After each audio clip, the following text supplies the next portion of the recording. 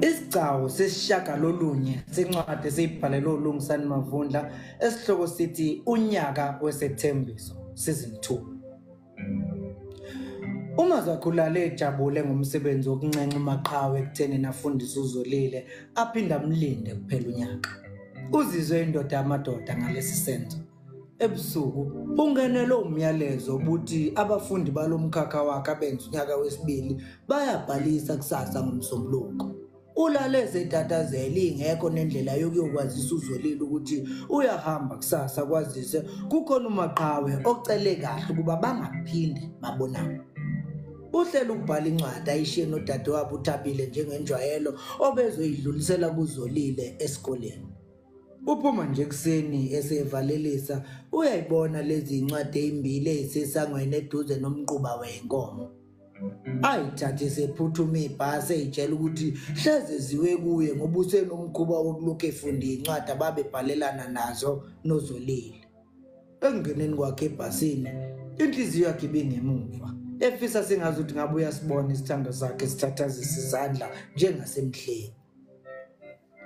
Ahlale phansi akhona isikhwama sakhe abingelela ikhehlela liseceleni kwakhe maqeda afaka isandla esikhwameni ekhipha incwadi azoqhuba ngayo indlela.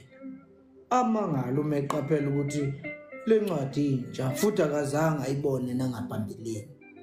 Phela uzazi zonke incwadi zabo noZolile uyifunda mihla namalanga. Dear Mazakhe, ngisempopomeni osebeni lomvula. Le ncwadi ngiyibhala phansi kwemsebe yenyanga naye ebuye isithele emafini esibhakabhakeni. Angiqale ngibonge ngesibindi sakho sedela kufo siveze namhlanje emini la uyiphonse emlilweni obuvutha amalangabi ngothando nesineke wawubhula ungishiya ngethemba lokuthi ngizoyifudumeza kuwona kuze kube okungenani kuphela lonyaka kungazange ngishiswe nanoma ke yilahle elilodwa kuwona. Ngiyabonga kakhulu mntabethu. Ngeswela amandla okukunikeza lokho kuzokwenza uphelele kube nomyeni wami. Ngiyokweso lezazi imithetho nabalandeli bendlela yokwenza iyo. Kodwa ngithi kimina ungophelele. Uyise wabantwana bami. Umvikeli womuzi kayise nezinyanya zakubo. Uyiqhawe ndlela wami. Isibindi esinjengalesi esingenza ngincamela ukufuma kungewena engiyofela kwena. Ngiyabonga kakhulu Sompisi. Ngiyabonga. Emveni kokuthi udadewethu evezela uMaqhawe incwadi eyiveza ubude bendlela esesiyihambile mina nawe. Nangesikhathi uMaqhawe kumcacela ukuthi inkulumo yanamhlanje emini biyitulo nje lokumlalisa umhlwengo ukuze mina nawe sifeze inhloso zethu. Ngikhetha ukubaleka ngoshiya umuzi wakithi nozalo lwami. Kimina sekucacile manje Mphembe ukuthi akekho yoqonda ukuthula kothando lwami ngawo. Uthando mazwi wakhe oluyikusasa lami. La ubaba nomama bayobe bengasekho. La udadewethu nabafowethu bayobe sebeyikhethela inhliziyo ngise njengendlu yokugugela. Pho mina kungani ngingafanele ukuya kwanhliziyo ngise? Kungani kufanele ngilenge njengecici legolide ekhaleni lengulube?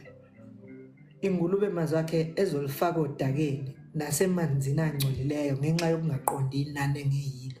Ingihudula phakathi kwameva nezihlahla. Ingulube mazakhe engazi ukuthi ngiyolwe ngacoliswaphi ngize ngibe yilo engiyena namhlanje. Angeke ngivume mina ukuthengiswa ngenani elingaphansi kwalele eliphezulu engiyoliswe ngalo.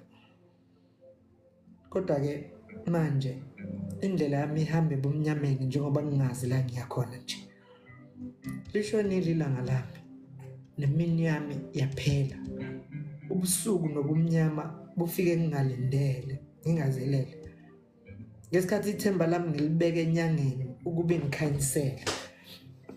Nayo isheshe yashona isithela ngezintaba zaseqhudeni noNtunjambili. Ithemba lami ngilinikele izinkanyezini nazo eyisithezwe amafu kungakabibi.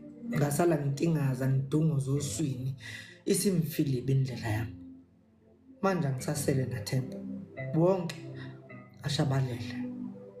Sengithembele kulolu uthando lwethu ekuthenini lungifundisa ukubona ebumnyameni. Indlela yami yenyama ayizi kimi, ayizi futhi kuwe, kodwa ngishiya nomoya wami nothando lami. Bengeke ngibalekele kuwe mpela, ngoba umuntu wokuqala ebebezoya kuye ukungithungatha. Ngakho nawe ngingeke kwazise la ngiyakhona njengoba ngingakazi nje. Engakuqinisekisa ngakho yilokho ukuthi ngiyozifunela indawo ephephile la ngizozifumanela abahlobo abazongizwa uma ngithi sengiyikhethela uthando wami engiyohlukaniswa ukufa naye. Ungakhathazeki ngokuthi ngizobhala ivivinyo zami.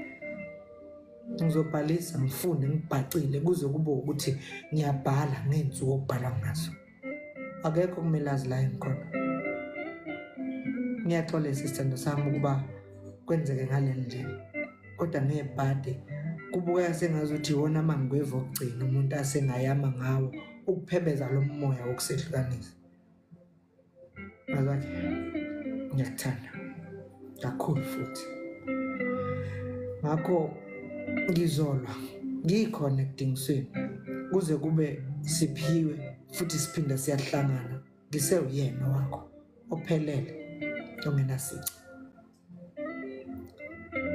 Useyajuluka manje umazi wakhe, asukume efikelwa umoya wokuphuma ehle eyakuzolile, kodwa ayinqande eyibuza ukuthi uzomtholaphi njengoba kwayena engazazi ukuthi uyaphi nje. Ahlale phansi athele igazi phansi. Nkosi, senginikela wena manje kukho konke. Uwena owazi indlela yami nozolile. Sicebise ngokufaneleyo.